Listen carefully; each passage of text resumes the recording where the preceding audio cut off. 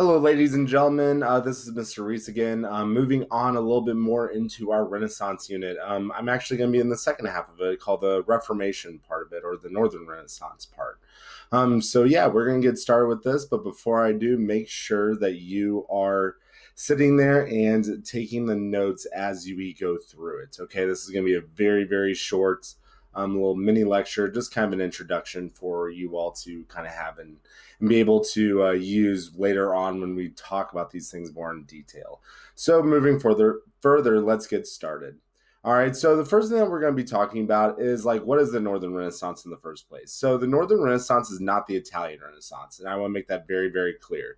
There are some major key differences between the two. So obviously, as you can see, there is a geographic difference between the two. So we have the Northern Renaissance up here, the Italian Renaissance down here. So the Italian Renaissance is what we just got done getting through, talking about art and humanism and, all the different free thinkers that we saw after, the bubonic plague in feudal Europe.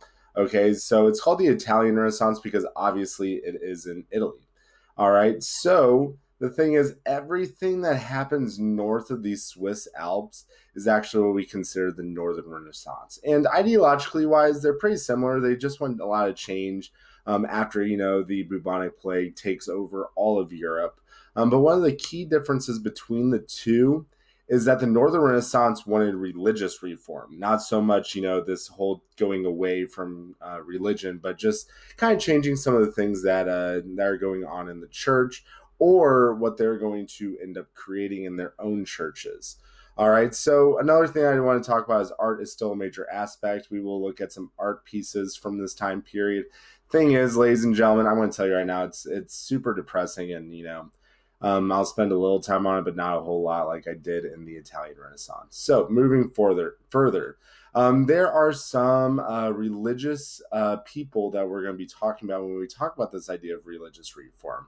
Now, before I move on, reform, that word is a very fancy word for change, all right? The idea of changing something. So here we're just changing different things about religion. All right, so some of these major people are, Martin Luther. You may have already heard of him before. And no, I'm not talking about Martin Luther King Jr. Please don't get those two mixed up. They're very different people. Okay, they both want to change, but just different change. All right, so this is Martin Luther. I put a little meme there. There's also John Calvin, which is here. We also have King Henry VIII. All right, he is known for his marriages that he had because he wanted different. He created a whole nother church because he wanted to divorce his first wife, and then just kept trying after that. And then finally, we have a guy by the name of Desiderius Erasmus. He is also a guy that we will be talking about in a little bit of detail, but not too much. But those are the four main people that we're going to be talking about. All right, so the religion that is changing is the Roman Catholic religion. So the Roman Catholic religion, as you know, has been, the major religion throughout all of Western Europe at this time period, and even before this time period, dating all the way back to the Holy Roman Empire with, Constantine, and we talked about him. All right, the thing is, the Roman Catholic Church becomes a little bit corrupt. And when I mean a little bit, I mean a lot corrupt to the point of people start to notice and really get really angry about it. One of those people obviously is Martin Luther. All right, the big topic of discussion is something that we call indulgences. And when it comes to indulgences, the one thing that I want to make sure that you guys understand is that indulgences are these little piece of paper that you can buy from the church, and basically it helps you get relieved of all your sins that you have had in the last forever long that you have lived. All right, so much so that people use that as just kind of a get out of hell free card. And one of the people that don't like this is dude by the name Martin Luther, and he ends up changing this, and he ends up becoming one of the first schisms of the time period. So again, schisms means a split in religion. All right, and when we talk about the split in religion, we talk about Martin Luther and his new sect of Christianity called Lutheranism.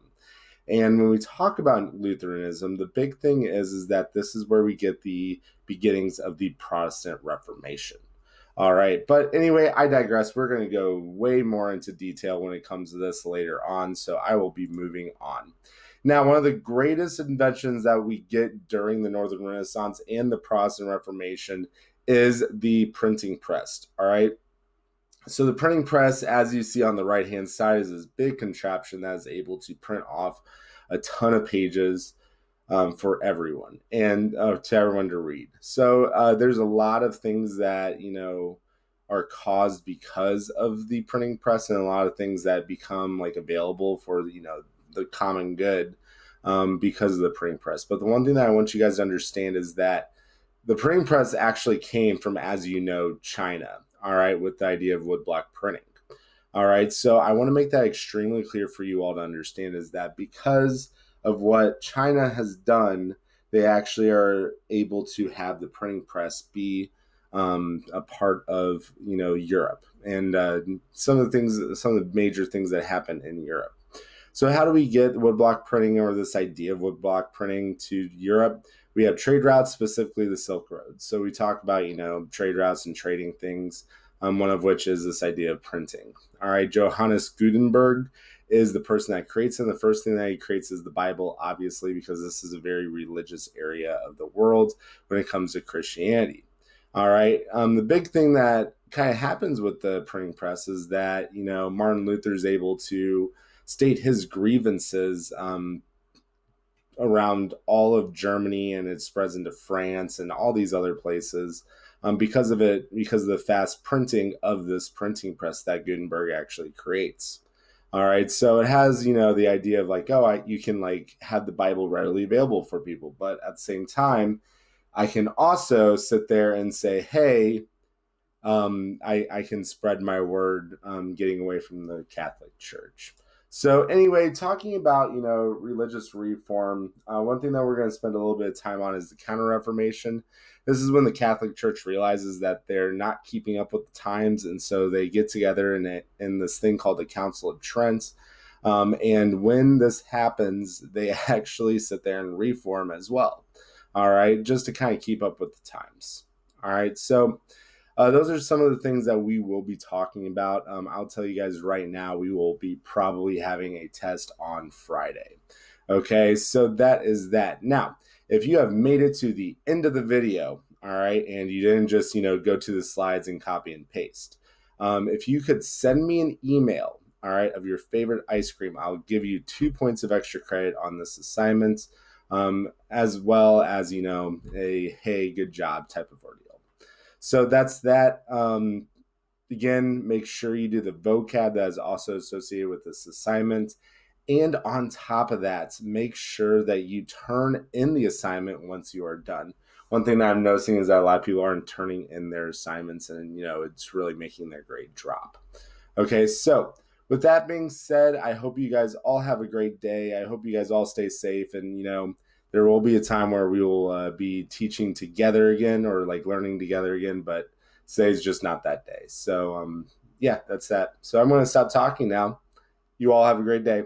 Bye.